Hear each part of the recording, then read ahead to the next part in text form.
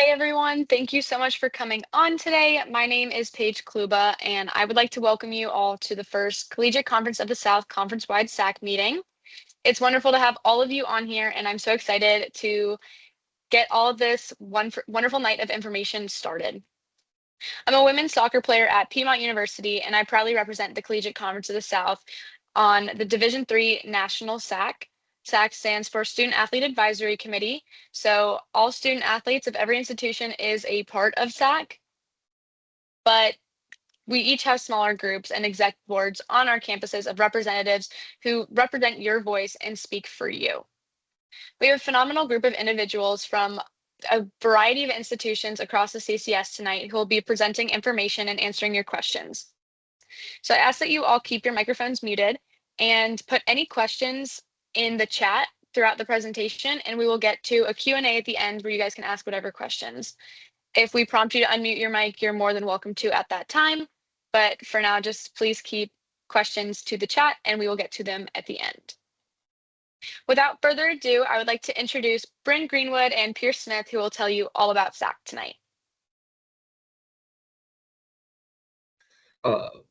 Hi everyone, my name is Pierce Smith. I am the president at Covenant College. I'm a junior basketball player as well. Me and Brent the section we're going to be talking about is what is SAAC. So SAAC, if you do not know, stands for Student Athlete Advisory Committee. And SAAC is in place to enhance the student athlete experience, not just on your playing surface, but also off. So other purposes of SAAC, I mean, it's there to provide feedback to the NCAA and conference on like rules and regulations, and that's kind of something that we've been working through this past month, as well as encourage community service, which you'll hear more about, as well as advocate for the needs and concerns of you, the athletes on your campus. So there's different levels of SAAC. So there's on campus, which focuses on campus-wide issues and events, which is the one that you're most commonly going to interact with as members. Then there's also the conference level, which is what all of us speakers here are on. The aim of this is to connect students, connects the conference schools, SAAC presidents, to help figure out ways to better run SAAC on their campuses, bounce ideas off each other, and see the best way that we can help our communities. Along with this, we also discuss and vote on issues and legislation, which we just finished voting on this past week. We just got submitted those votes. And then National SAAC works directly with the NCAA to implement these national policies. You'll hear a lot more about this in a little bit from Paige, and she'll be able to give you a lot more detail as she is our national rep. So my name is Bryn Greenwood. I am the SAAC president at Agnes Scott College. I am a junior softball and volleyball athlete, and I want to talk to you about the SAAC experience and what you can make of it.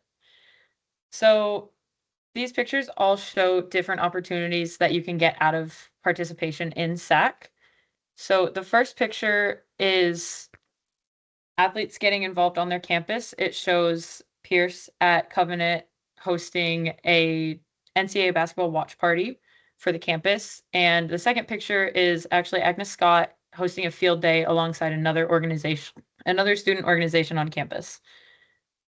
The third and fourth pictures show SAAC members from the past 2 years volunteering at the Boys and Girls Club during the conference-wide SAAC retreat.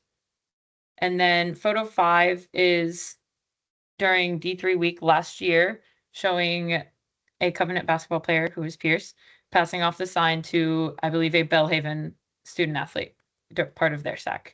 And then the last photo 6, is a photo from South, which is the Student Athlete Leadership Forum, which is a forum for athletes to discuss and learn about different styles of leadership and how they can enhance leadership on their campus. And this is all of the CCS student athletes that were in attendance for that. Now I'm going to pass it back to Paige to discuss National SAAC.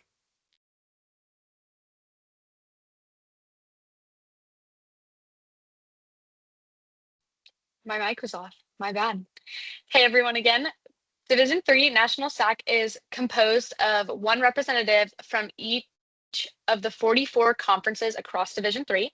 So the CCS is one of 44 in Division 3. It's a lot of people, a lot of voices to be heard, but that's what National SAC is there for. It's there to make sure all our student athletes' voices are heard. So National SAC meets in person twice a year, once at the NCAA headquarters in July, and then again at the NCAA convention in January. National SAC is responsible for voicing and addressing the needs of student athletes across all of Division III and doing what we can to create real change. And you may think that doesn't always happen, but it truly does. The student athlete voice does get heard at the national level.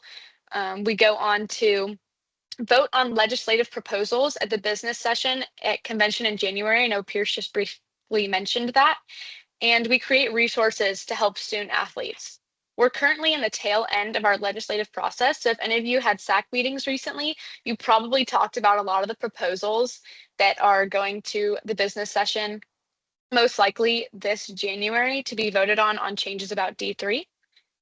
So we will be preparing our official Division III SAC position papers on each proposal to present to the entire Division III membership at convention in January. So all the national SAC reps get together. We take all the voices from all of our conferences and basically give their opinions on each proposal.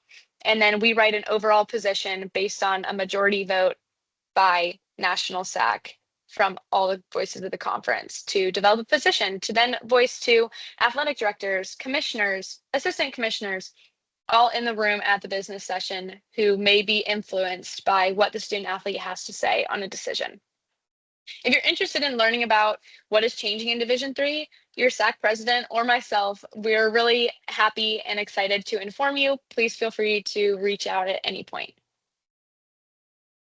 These are some photos of what it looks like on National SAC. The photo on the left is actually at the business session. It's a huge room with these large, long tables where every student athlete, athletic director, and commissioner sits and actually gets to place their vote on legislation.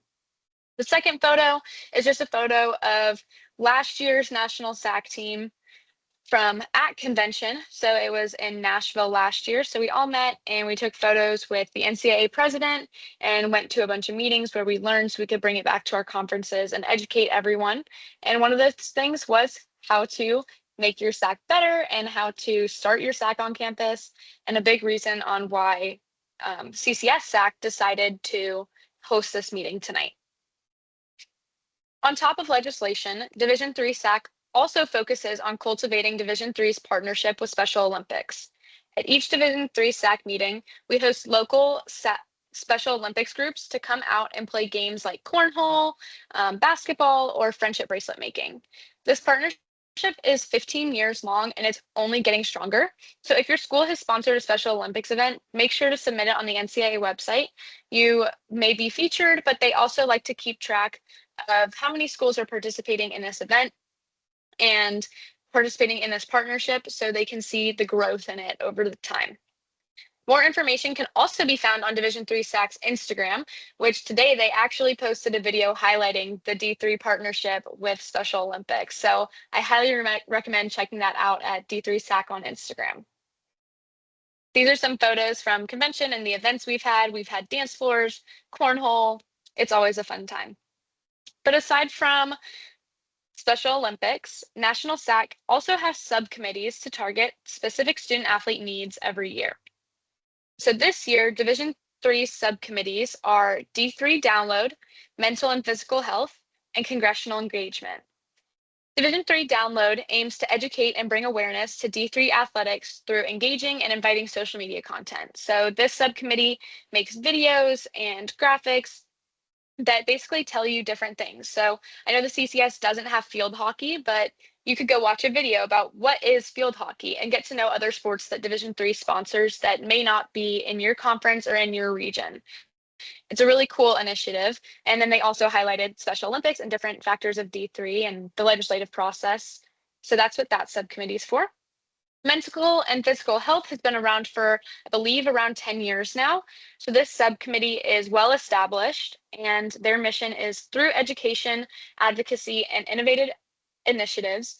They seek to break stigmas, promote healthy habits, and create supportive environments that allow student athletes to thrive both on and off the field. In the past, they focused on mental health and physical health in the game while you're playing as an athlete, but currently they are focused on life after sport, which is something that all of us will face at some point.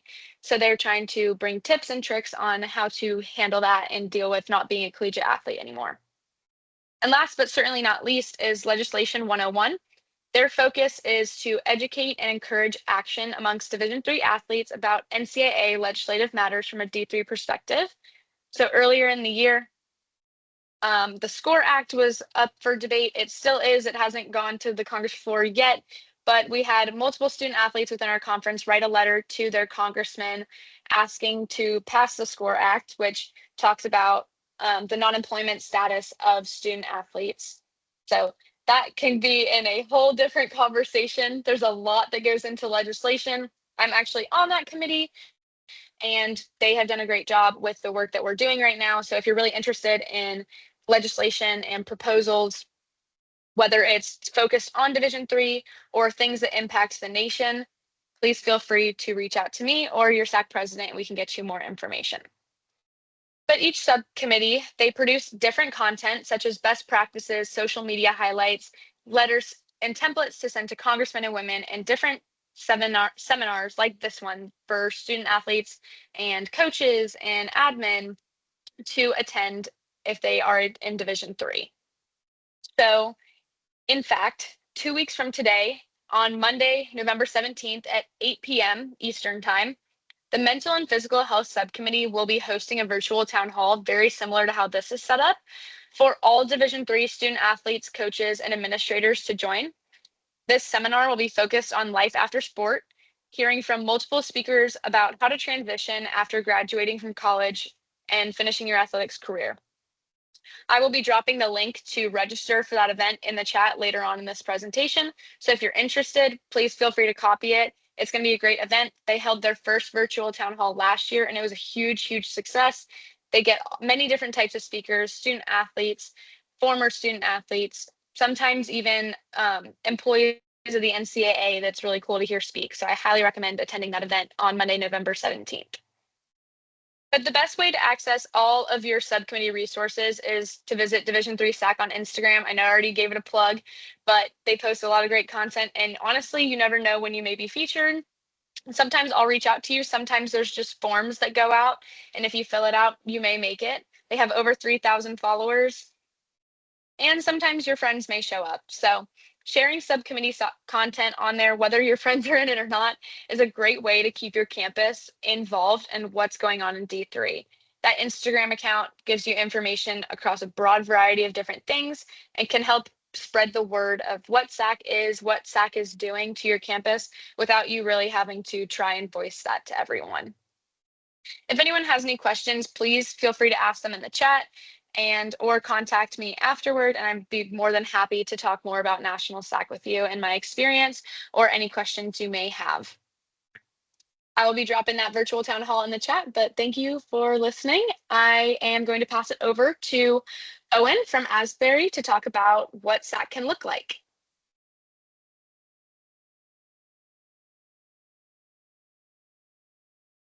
All right. How's it going, y'all? My name is Owen Seymour. I am the SAAC president at Asbury University. I'm also a senior on the swim team. And yeah, I'm just going to walk y'all through some things that we can do as SAAC committees just to keep our audience and our committees engaged as a whole and to help us really make an impact on and off the field. So when it's working, I listed some things here on the left hand of the screen that you can see. Just some common themes that I've noticed that work really well when SAAC is at its best. And these are energy, collaboration, leadership, community, and engagement.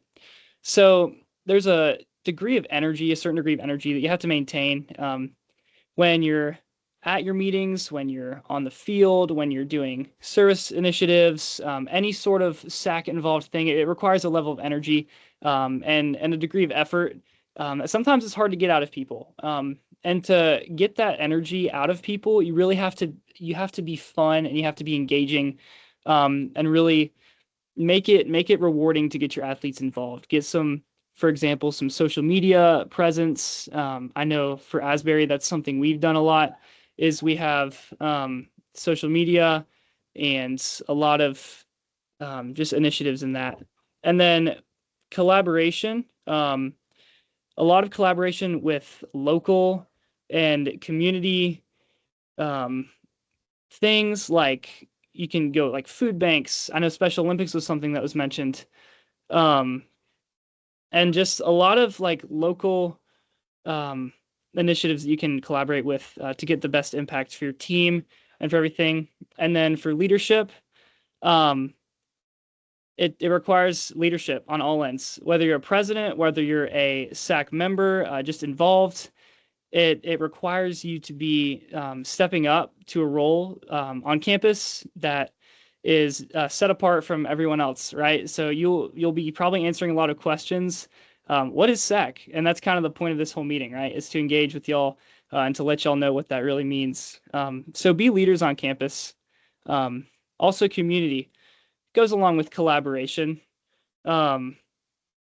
It's about getting engaged with just the whole student body as a whole. Like I had a conversation with the president of the university the other day. It doesn't have to be that big, obviously, but it's very helpful to get to know people in your community that can help you with things that you want to do as a community and as a SAAC committee.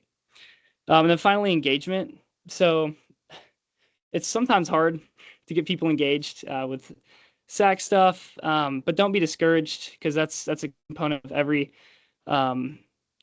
single SAAC committee struggles with sometimes. So I've kind of brought some images on here on the right. So we had a little graphic design student that we wanted to get involved. So we had them make this all athlete field day little poster that we plastered around campus recently. That was for last year, I believe, but we had another one for this year. And that's just a cool, engaging way to get somebody involved, right, with the SAAC committee, and to get our presence out there. And then that top photo, that's a photo from this year's all athlete field day, and that's just tug of war. And like I said, it's all about getting people involved and having fun with it. It's not some like super high stakes, like, oh, this is some really important thing that I'm going to mess up. It's like everybody's going to mess up at some point, right? But getting people involved. So whether you're a president or vice president or on the committee, it's just a matter of letting people know what's up, getting them out there for a good time. And then that bottom left photo is a service event that we did recently. And that was actually we went to a food bank and passed out meals to the homeless. But not every event has to be that big, but that was just a really fun example of something that we did. But also sometimes things don't go so well, right? And these are some common themes of when things don't go well, what is usually wrong. So low involvement, right? This is when there's low energy, people aren't very committed. And so there's just not a lot of involvement from people within the committee. And sometimes this can be common, right? It can be unmotivating. And so it's really important to make sure that people are engaged, because low involvement is a huge killer of the SAAC community. And it's just not productive, and there's not a lot of things you can get done. Poor communication is another one. It's super important to be very communicative, whether you're president, whether you're on the committee, whatever role you have, making sure you're all clear on goals, initiatives, and whatever you're trying to work on. And then loss of goal and vision. Sometimes, I know this can happen for my SAAC committee, but sometimes we can get so wrapped up in our meetings that we forget that we're trying to make a movement as well. It's not just a meeting, it's a movement. That's kind of my slogan as a SAAC president. So make sure there's a clear goal and a vision. So like during your meetings, if y'all are just even curious, you can even ask your SAAC president. I'm sure they'd be happy to answer. Hey, what's our goal? What's our vision in doing this? Why are we doing this service project? What are we doing? So they'd be happy to answer. And also life gets in the way. And that's just inevitable. Actually, a perfect example, my SAAC committee and myself, we were supposed to do a Special Olympics volunteering project on Sunday, actually. And we ended up having a lot of last minute cancels because of like conference play for like soccer and that kind of thing. And so we had to reschedule. So that's a perfect example. Life can get in the way, and that's all right. Nobody's gonna penalize you for it, or it's a thing that you just have to get around. It's a speed bump. So those are some common themes that I've noticed when things don't go well. So how can we kind of bring these two together? One sentence: keep it fun. Don't give up if things don't work the first time. Like the Special Olympics event that we were going to go to, it didn't work, right? So I'm already actively looking for new opportunities that we can get involved. So don't worry about it. It's going to happen, and just move on. It's all right. Be consistent. So keep a constant presence of like, okay, I need to be communicative. So communicate. Let your community know what's going on. If you as an athlete have something to share with your president that could be helpful for the future, share that with them. Same vice versa. Like if president, you got to share something. It works both ways. It's consistent meetings and consistent communication. And it's not just a monthly meeting. Like I said, it means more. It's a movement, not just a meeting. It's a movement. And then there's this final picture on the right. This is us making some meals last spring, and we were passing those out to the homeless in downtown Lexington, Kentucky, which is super fun. And it's not hard to get people excited about these ideas. The hardest part is just getting it out to people. People want to do this type of stuff. So, and they're willing to. So as long as you can just get that out to them, they're going to be willing to do it. So those are just some things that you can do as a SAAC community to get yourself more involved and to get other people more involved with your community and your committee. Yeah. Now I'm going to be passing it off to Lauren. Hey y'all, how's it going? My name's Lauren Myers. I go to Maryville College. I'm a senior in a cross country and track and field athlete. And today I'm going to be talking about how to get involved. So why join SAAC? One of the main things that we talk about all the time is, are you passionate about legislation in the CCS? And I know that Paige kind of hit on that a little bit, but it really is important because SAAC isn't just, I mean, yes, having fun is so important, but also there are times to be serious. And when it comes to making choices and making decisions, that can get really hard and really tense. And it's important that you have a group of people and a team that can make hard choices and get things done in a timely manner, and just having like good, hard conversation. Also, what makes being a part of SAAC so special and exciting? One thing that's really sweet that I feel like that I get to experience at Maryville College is building a SAAC that really cares and truly is united in one front. Maryville College is still working on building their SAAC. And so I just think that's really awesome that we get to build kind of from the ground up and make it what you want it. Because at the end of the day, kind of like what Owen was saying, it's not about like the really hard stuff. Having fun is really important too. And so a lot of people always ask, like, where do I start? And also, like, I ask my question, like, that's my question a lot of the times too, like, how the heck do I gather people in one place where we can like talk about all this crazy stuff that's going on in D3. And one piece of advice I can give on that is just gather some friends or fellow athletes who are really passionate about passing this legislation and just like why it's important. Like if you do interviewing for SAAC, or if you're trying to gather people, really ask them when they're about to join, like, are you passionate? Do you care? Because that's really important too. You don't want to just throw someone in that's kind of like, I'm just here for the snacks. That's not really what we want either, because but it's also important to do outreach in that. And some really fun outreach ideas that I just came up with that I think I'm going to implement soon are like having a candy and conversation gathering. So if you have any leftover candy from Halloween, invite people. Just say, hey, would you like to come hang out and just talk about SAAC and talk about D3 and all of the crazy things that are going on right now? And we'll have candy, because who doesn't love candy? Another one, if your student athletes are busy or if they have morning class, I know that my schedule gets crazy in the afternoon and the evening. Do come have coffee and chat about D3 and SAC. And the more that we make SAC fun for student athletes, the more that they will want to join, because although, yes, having hard conversation is important, we really want to have fun, kind of like what Owen was saying. And once you get a solid group of people, I'm just going to kind of build off of what Owen said, like it really makes it magical and fun for everybody to just have a shared space where they can talk about the hard things. Also, SAC is an amazing resume builder. If you want to level up your resume and help make a difference through D3, SAC is an awesome way to do that. I am now going to pass off to Ava from Piedmont. Hey guys, so I'm the president here at Piedmont University, and sorry, I don't know what's going on. Do y'all see the screen like that? Okay, there. SAC is very important for the student athletes to voice their opinions. Getting involved can look a multitude of different ways, whether it's serving on a committee, attending meetings regularly, and taking this back to your team and what you learned in your meetings and seeing what your team would like for you to implement, also, and taking that back to your representatives.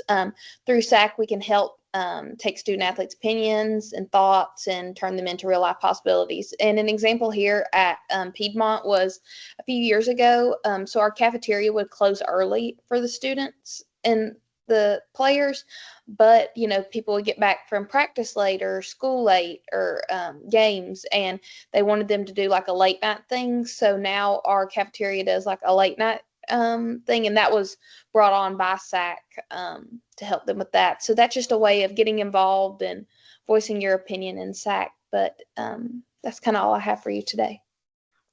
And now I am passing it on to Layla.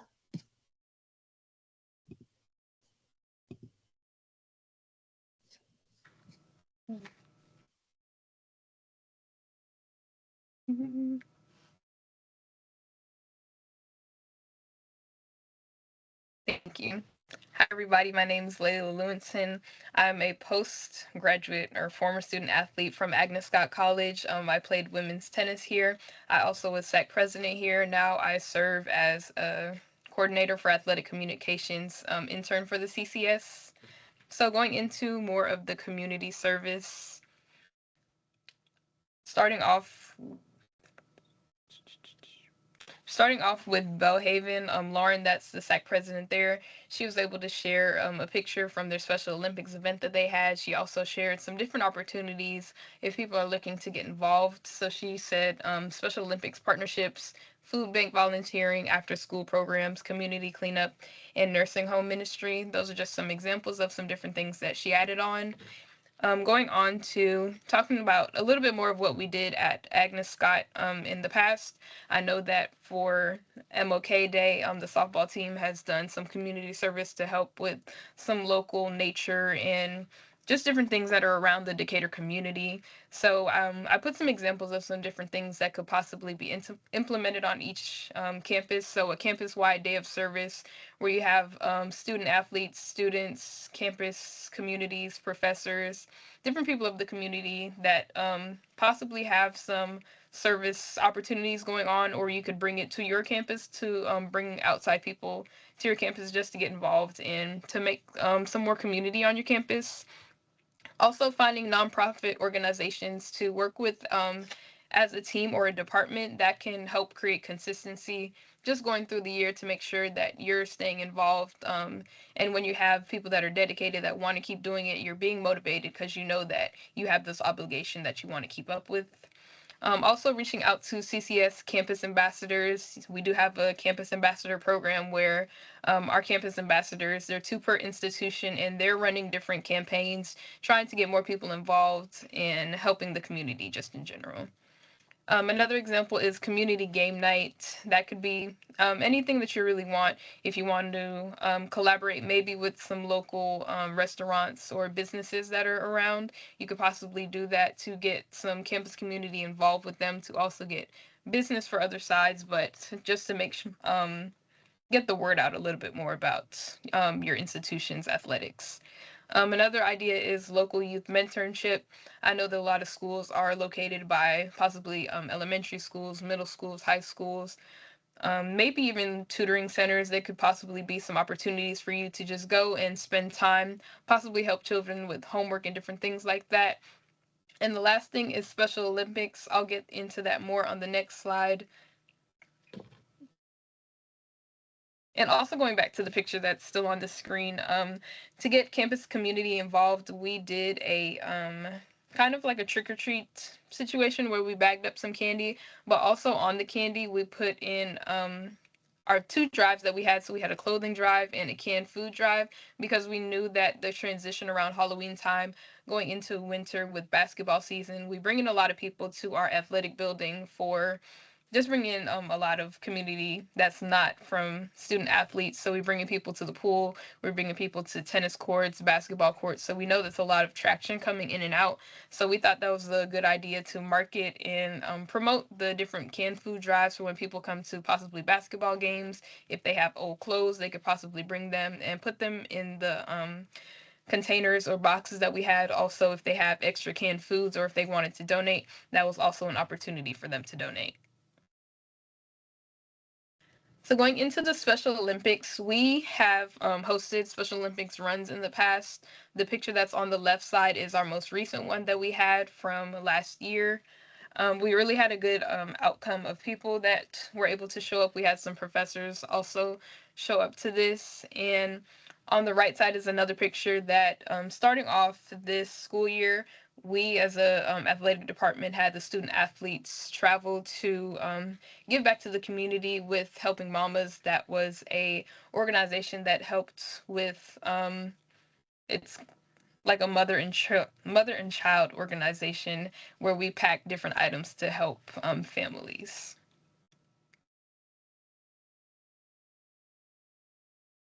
Going back to what I was talking about with our campus ambassadors, we're actually running a campus-wide Give What You Can campaign. So this is kind of to go beyond the typical community service. We just want to let everybody know that community service doesn't have to be, or volunteering doesn't have to be going out of your way to do extravagant things. Community service can be just going down to local businesses, like I said, local elementary schools or places that possibly need help with some small basic things. It's just about reaching out to them and getting those connections made to just reach out to see what's needed from people. I have a few notes about volunteering just in general. So volunteering is a good way for student athletes to find purpose outside of sports. It helps with strengthening teamwork, building relationships, creating connections post-grad, and also you can find ways to stay involved in your community once you're out of your sport and post-grad.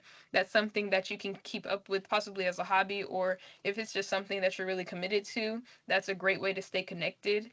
On this screen, I have created a full list of some different community service and volunteering um, organizations that are local to each school. I did it by zip code, so I'm not exactly sure how close or how far it is to each school, but these are just some local ones that I was able to create based on locations. There are also some virtual volunteering opportunities that are on there. If anybody's interested, I can have Paige share out the actual Google Doc that has the links to everything, and I will be passing it on to Brody. Hey guys, how's it going? I'm Brody. I am the vice president of SAAC at Huntington College. I've also played football, by the way. We went over a lot of different topics today. A lot of information's been given out. I know a lot of the things we talked about might have covered any questions you've had coming in, but there's anything else you want to get into, it can really have to do with anything having to do with SAAC, things like that. Just drop them in the chat and get to that.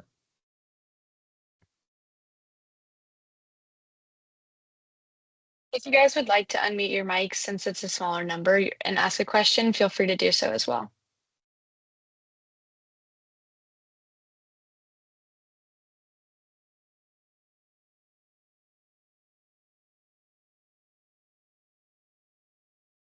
While we wait there, I'll just kind of give my opinions on SAC and my experiences with it.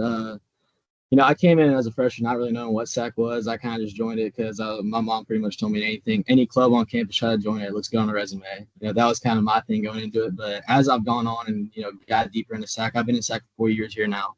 Like I said, I've worked my way up to being vice. It's really been a great networking opportunity for me. I mean, I've gotten to meet so many new people through this, like all the people you've heard talk today. I got to do a great trip, a retreat over the summer with them. That was in Chattanooga, I believe.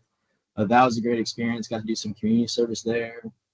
It's just giving me a lot of opportunities, branch myself out, not just stay within my school in terms of sports and, learning how other people's experiences are, not just here. So it's been really cool to see things like that in my time in SAC. If anybody else wants to add anything, whether it be like the retreat, things like that, before you get any questions, that'd be cool too.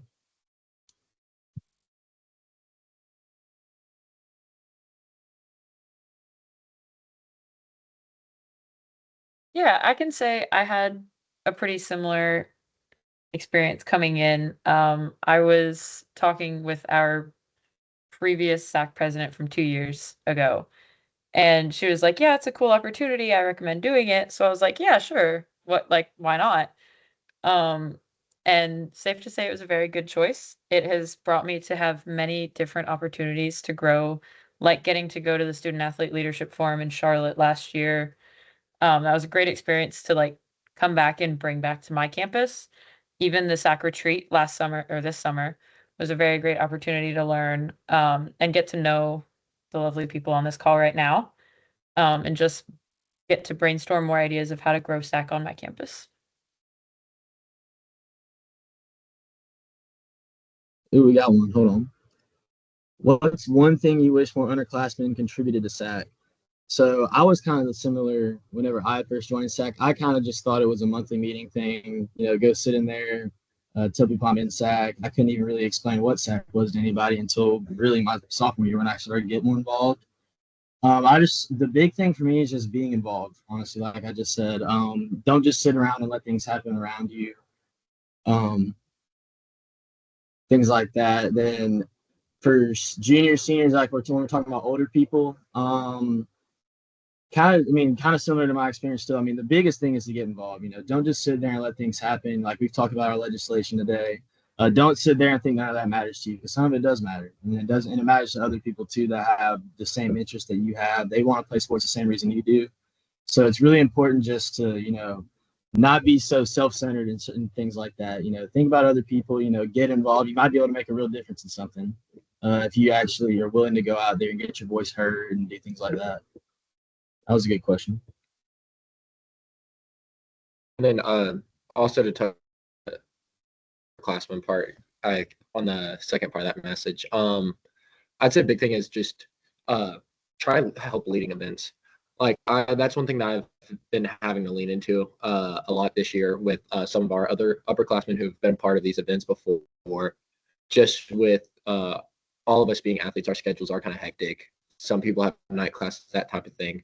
So we've been really good to have like returners who are able to like step up, and I can be like, hey, I know you're not in season. Like, could you help like do a lot of this heavy lifting and like build yourself a small group to like help you almost? So like just being able to step up and contribute in that way to like help lessen that load on everyone else so that they can also start working on events that are during their off season as well has been huge for me. Yeah, I'm actually really glad you brought that up. I know for our SAC this year, we do a tailgate at different events for fall sports, and then we'll do it for spring sports as well. So we had people help set up a tailgate for one of our football games this year. We had it might have been homecoming actually. We had a big help with the setup for homecoming. So in return, we're going to do our best to draw more people out to attend different games in the spring when it's not something as big as like a one-day event on a Saturday. When it's like in-week things, like this year we also did for our men's soccer on senior night, we did a tailgate to get more attendance to their games. People get to see them play. It's a really special day for those guys on senior day too. So things like that, just encouraging other people, bring them along with you, don't leave them behind. Going off of what Brody said, SAC is a community. So as an upperclassman, it's really important to cultivate that not only is it a community for you and your team and your season, but for all seasons as well. something I've really like advocate for is that we all love having fans at our games, but to have fans at your game, you have to show up for other students too. Some SACs, they'll form a student section where they designate certain athletes to take like a rotating schedule of who shows up to what game. So there's always students supporting it every game. And there's different things like that that upperclassmen can like promote and explain that this is important, and just showcasing why SAC is important, I think is really important for upperclassmen to contribute, especially to new kids coming into the school.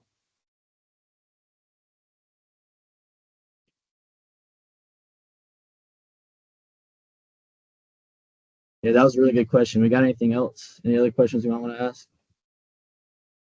Here we go.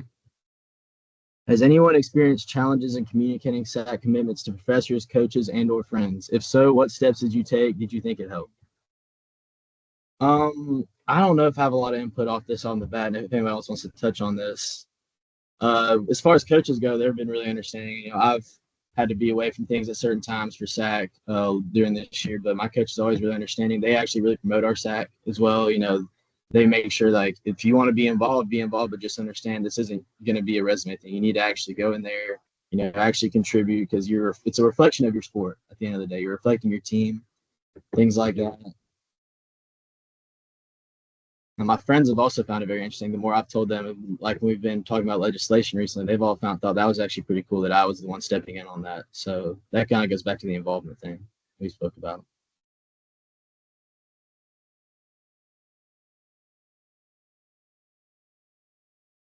I can say that I've had issues talking to teammates or just athletes at my school. A lot of misunderstanding of what SAC is. So I try to explain things like this meeting, and people are like, why do we care? So it's kind of that. Coaches and administrators have been very understanding about it. We have an amazing SAC administrator on the call right now, but it's mostly been with athletes have been my biggest issue of communicating.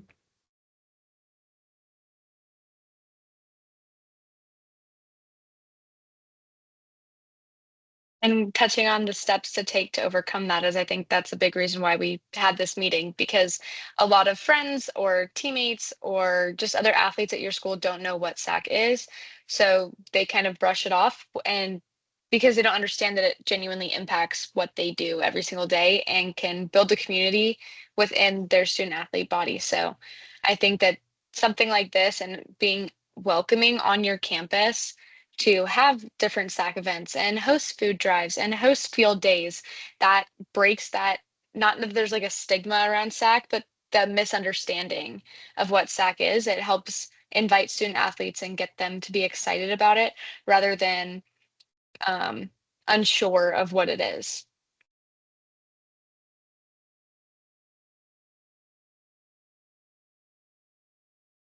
That was another really good question. Thank you, Shauna. Do you have anything else you want to ask? She said thank you.